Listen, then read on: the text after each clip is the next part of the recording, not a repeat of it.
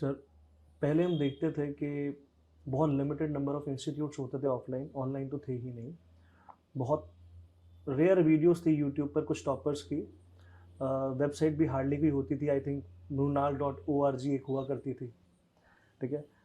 तब इतनी कुछ गाइडेंस थी नहीं ऑनलाइन, तो सब ऑफलाइन ही अवेलेबल था। बट विद द टाइम अब there are an number of institutes online offline.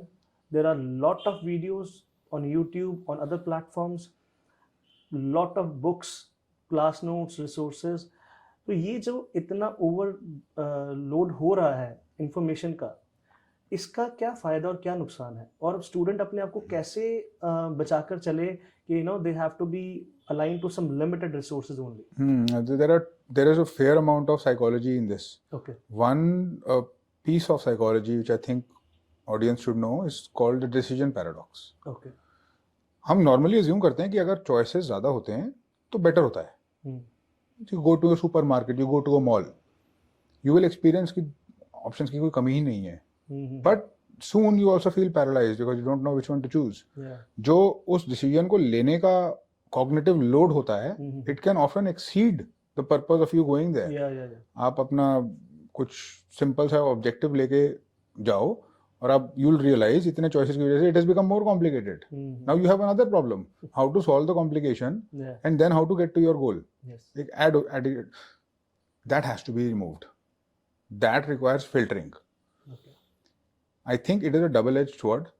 If you are smart, there is one advantage, there is one disadvantage. The advantage is you can, if you are smart enough, hardworking enough, prepare the whole thing for free now. Content की तो कोई कमी नहीं है. बिल्कुल.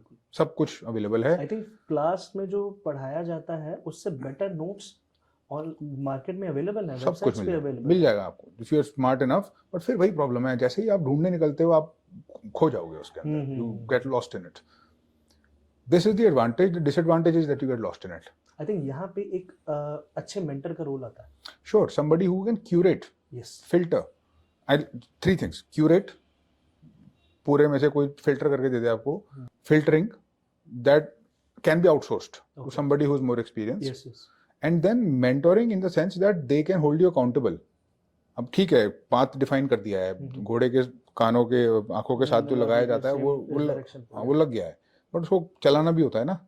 If you can make sure that step 1, step 2, step 3 is being taken, and you can बीच में monitor that okay, this person is on track, this person is not on track, this person is not active. I think that is what they really require now. Again, I had a lot of interviews with some aspirants, very advanced aspirants. I experienced this. There was a clear difference. Some people were so good, so well trained, impeccable. Impeccable is the word I used. Okay. For some students which I saw in the interview. कोई कमी नहीं थी. ऐसा लग रहा था कि interview training की भी जरूरत नहीं है. So good some of them, but बहुत कम थे वो. बहुत कम. और जो नहीं थे, जो वेल ग्रूम नहीं थे, कंटेंट नॉलेज बहुत थी, बट उनके पास वो नहीं थी. वो they were not able to orate, they were not able to verbalise, and you know that the bare minimum level of verbosity wasn't there. So there I think content with everybody is there. Then why is it that the difference that I am seeing that these people are here, the other are not here? और इनमें भी इतना variation क्यों दिख रहा है मुझे? वो डिफरेंस था ग्रूमिंग और मेंटरशिप का. नॉलेज स्टूडेंट का काम है. Nobody can tell you otherwise. Many number of students are studying, they are confined themselves in the room. Knowledge है, लेकिन हल्की से जो ग्रूमिंग है ना वो ना मिले. हल्का सॉफ्ट ट्रैक होता है और ट्रेन किसी और ही स्टेशन जा पहुंचती है.